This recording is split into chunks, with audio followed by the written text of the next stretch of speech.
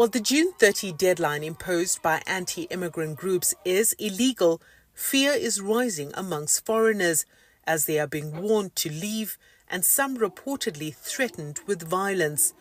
Several African countries have begun repatriating their citizens. Anti-immigrant groups, in the meantime, are preparing to protest on the day. Security is being stepped up to ensure law and order. We have to be clear and emphatic that the right to protest shouldn't be used as an excuse for criminality, as an excuse for abusive behavior. Only the police and other officials have the responsibility to enforce the law in a constitutional democracy. Protests against foreigners have been occurring for years, with many blaming the government for its porous borders and poor immigration management.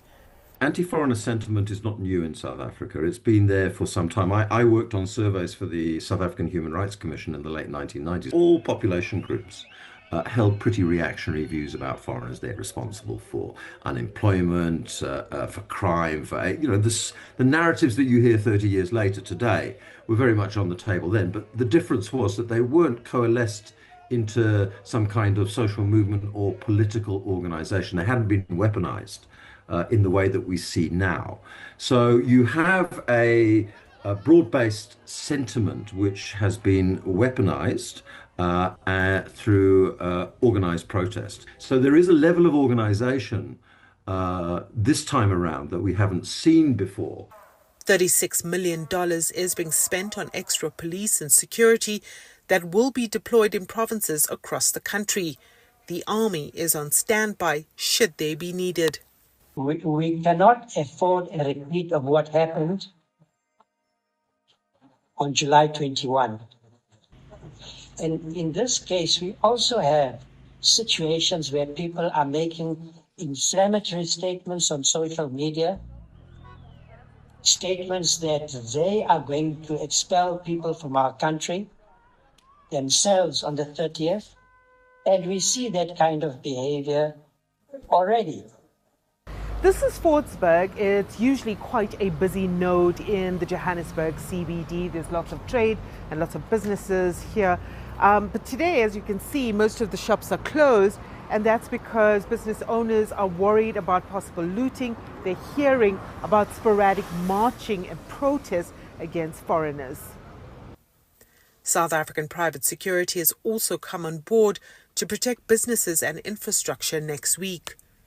I think we've learned quite a few lessons in the past with the previous riots that we had, and I think getting together and planning for everything that might happen is to be prepared. The security industry are working together. We all are putting all our forces and manpower on the ground and in the air available to SAPS to support them, and also to communicate and provide any information gathering that we've got out there to the police, and we are there to support and protect all assets as well as the people out there, and to make sure that we can continue with business as normal. Over 300 people died during the social political riots that gripped South Africa in July 2021. A week of widespread looting and destruction of property cost the economy over $3 billion. I see there is a lot of black people that is now trying to chase the white man also from South Africa. I always knew he was stupid, but that stupid I never knew. The white man is the only guy or race that is keeping this country alive. If you chase the white people from South Africa, I can promise you now, you're not going to be like Zimbabwe. You're going to be worse than Zimbabwe. Don't be stupid. Don't listen to the stupid fools that want to chase away everyone. I think maybe it's time for the Malawian, the white man, the Zimbabwean, All these innocent people you want to chase. Maybe we must take hands and we must chase you back to the sea.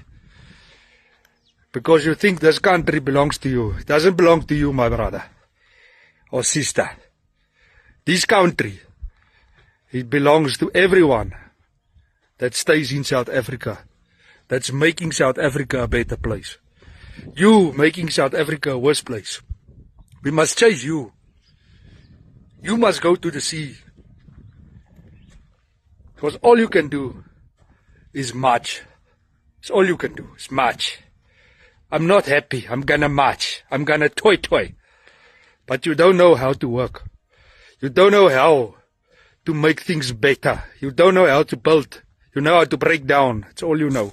Want to break down. Every time you see somebody is doing things better than you chase them away. Because you know there's people that's working in South Africa from other countries is doing the work much better than you guys can. Because all you want to do is you want to sleep with the woman, you want to drink, you want to steal, you want to break, you don't want to build stuff. Maybe it's time to go look in the mirror and say, hey, Baba, get your wake up. It's time for us to start building places. It's time for us to work. It's time for us to take hands with people that want to do better. And let's build this country and not break it, because that's all you want to do. You want to destroy stuff. So yeah, chase away the white people. Chase us away. Yeah. It's chasing away the goose that's laying the golden egg. I don't know if you understand if I say that. Maybe you're too stupid.